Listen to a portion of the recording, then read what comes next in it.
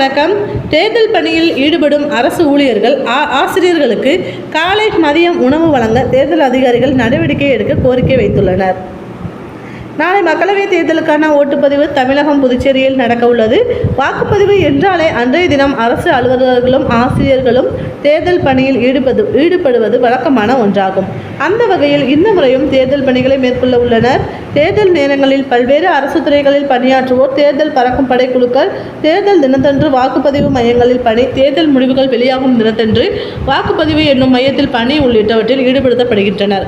அந்த வகையில் மக்களவைத் தேர்தல் பணியில் சுமார் 5 லட்சம் அரசு ஊழியர்கள், ஆசிரியர்கள் ஈடுபட போகிறார்கள். இதற்கெனவே இவர்களுக்கு சிறப்பு பயிற்சிகளும் வழங்கப்பட்டுள்ளன.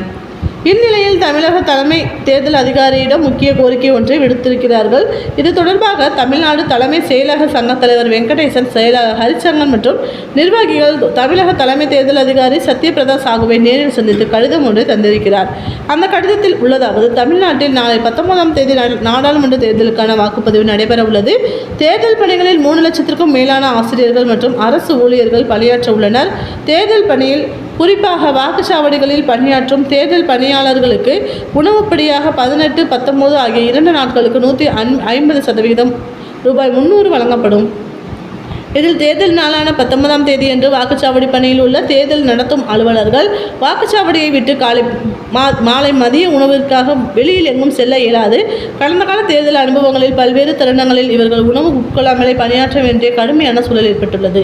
அதிலும் குறிப்பாக சென்னை, காஞ்சிபுரம், திருவள்ளூர், செங்கல்பட்டு மாவட்டங்களில் வாக்குச்சாவடிகளில் பணியாற்றும் தேர்தல் அலுவலர்கள் கடுமையான நெருக்கடியை எதிர்கொள்கிறார்கள். எனவே வாக்குச்சாவடியில் தேர்தல் பணியில் உள்ள அலுவலர்களுக்கு 19ஆம் தேதி காலை மதியம் உணவு வழங்குவதற்கான ஏற்பாட்டை செய்து தர மாவட்ட தேர்தல் அலுவலர்களுக்கு தக்க ஆணைகளை வழங்க வேண்டும் எனவும் கேட்டுக்கொண்டுள்ளனர்.